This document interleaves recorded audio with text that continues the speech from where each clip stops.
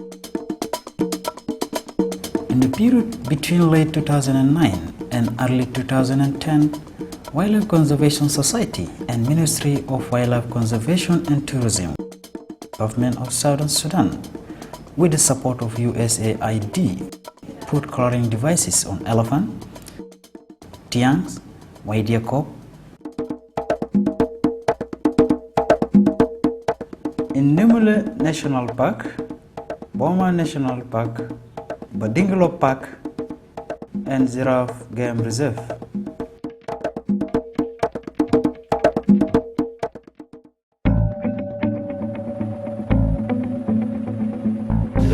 But it's not dark. Sorry, boy. Stick out on the neck.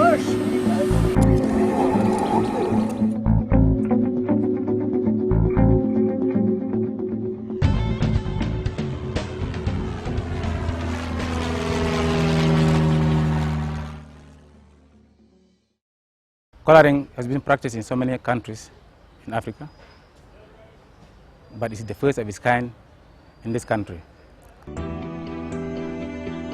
What is important is that we need our people to be trained in that field. We need really a basic training in the means of chemical evaluation, how to undertake this important task. It is through this exercise that we will be able to monitor our animals and to design a management plan to protect these animals.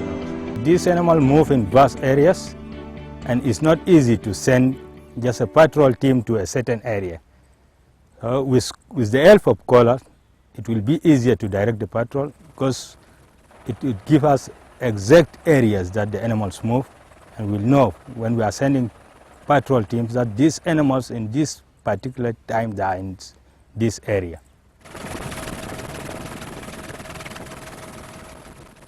When you are doing a colouring, you have to consider factors related to the animal. In the first place, when the animal is down, you need to assess, you need to approach the animal quietly so that it may not get excited and it may even decide to go. So when you approach the animal, you have to handle it with care. The collar is fitted around the neck of an adult animal, and it has a battery life of about up to 3 years. And then the collar is engineered such that after almost 4 years, a little bit longer, it's built so it falls off the neck of the animal, and so it really has no effect. Well, as you mentioned, you have to blindfold the animal. This is actually to protect the cornea of the animal from injuries and from dust, and also to keep the animal more calm, because if it is stimulated by stimuli, it may even decide to be nervous and can even injure the personnel. And Aldo, one of the things you can notice first is the ears start moving more. See the ears? They start listening and stuff like that. Okay, see how the ears are moving more and more? Okay, now take the blindfold off. Take the blindfold off. Keep a hold of him. Take it off. Get the. Okay. That's right. Let him go. Let him go.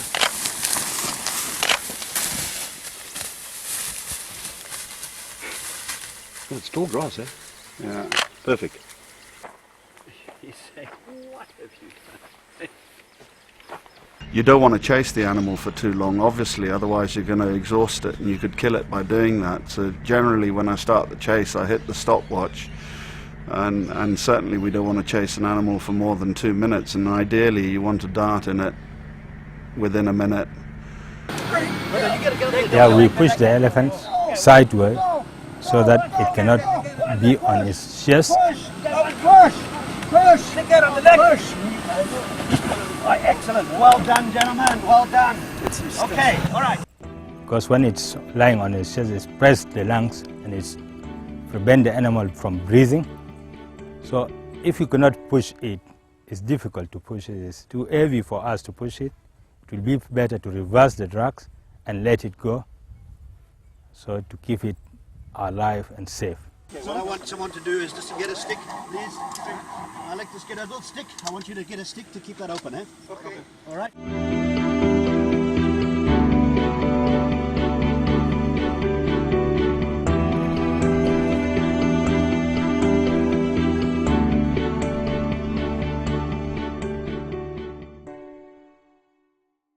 you know, the adult female elephant is colored, and the group is waiting about, you know, maybe a kilometer away, and then she gets up and goes, and, you know, within several hours she's back with the group. And the very next day we saw her moving with the group and her young ones. And then factors related to the team that is going to conduct the collaring itself.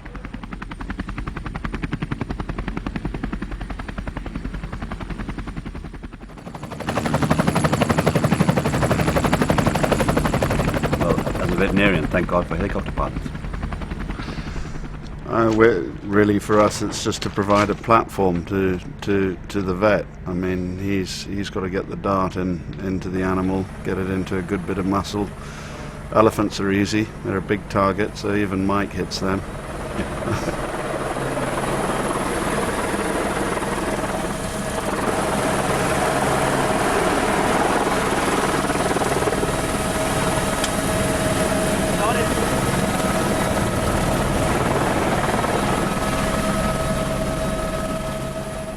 It's all about 4 people in the helicopter being a team. So, yeah, you've got to get out, help take blood, hold the animal, put the collar on, cut down a tree that the animal's fallen badly on.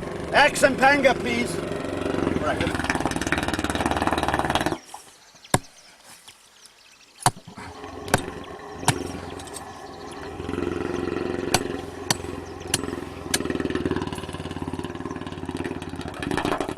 You limit the things that are going to go wrong as much as possible. So you plan, and I think it's being very professional and being part of a team.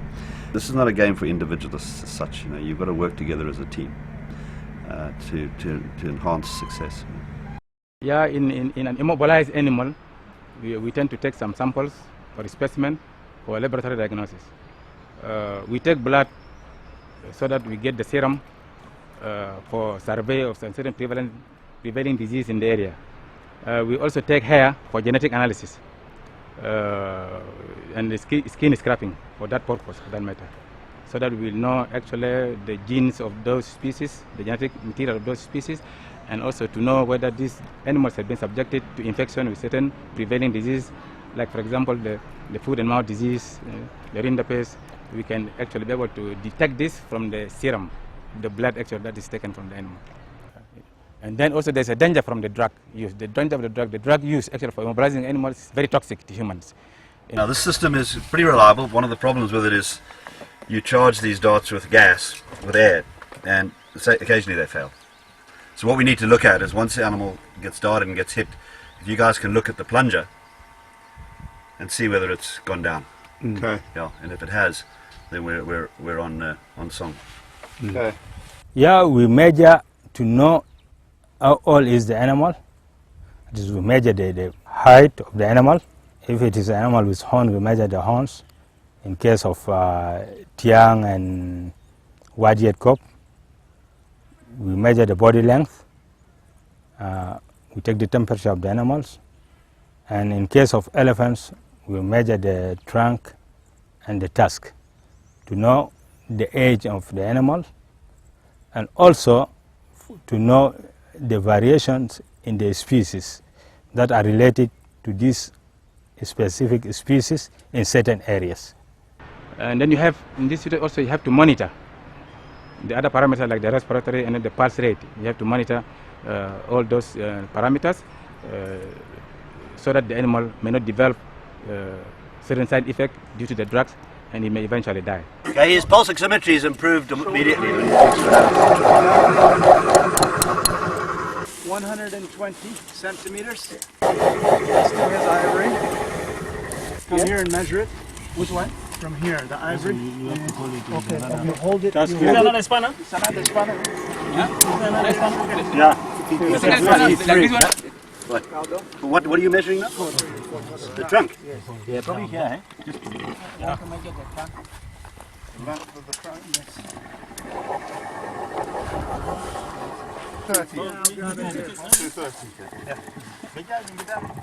The GPS component is to give us the exact or the global positions of the animals, and it will be sending information on the position that the animal is, and the HF radio is also good for locating the positions of animals when people are using receivers.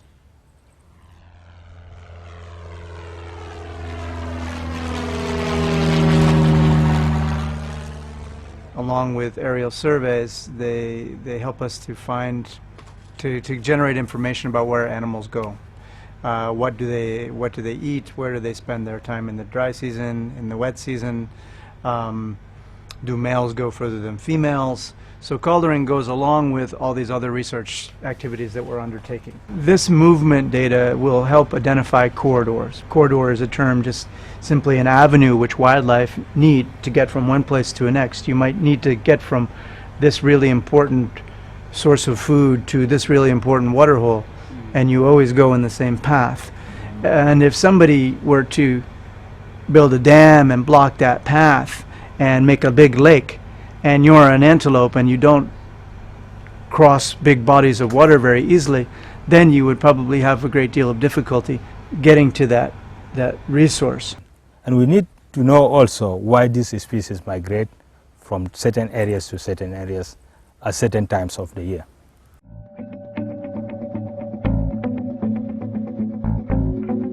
The white-eared cob migration is estimated to be some 800,000 animals, and understanding how this migration moves is very important. So the tiang, we had estimated that there are about 150,000 tiang, and because they're very large-bodied, they move quite far. And so we really focused in on the larger-bodied antelopes which migrate because of their numbers and because of the long distances that we think they go. Elephants, of course, are very large-bodied, and elephants are crossing. They don't know the borders of a protected area. They don't know, they have no passport, no visa. They cross the borders into Ethiopia, into Kenya, Uganda. And so we're interested in knowing about these movements across borders, across the park boundaries into the community lands. And this information it's the first time this has ever been applied in southern Sudan. It's the first time that the migrations, the great migrations of southern Sudan have been studied. Yeah, the message I want to pass to the entire people of southern Sudan is that we are starting the active conservation and management of wildlife of southern Sudan. For so many years they have been neglected, and now through this exercise we want to know the movement and the corridors where these animals move in order to give protection to these animals. And we need to protect these animals because they are our animals, they are our resources, and they can give a lot of benefit to southern Sudan for this generation and the coming generation.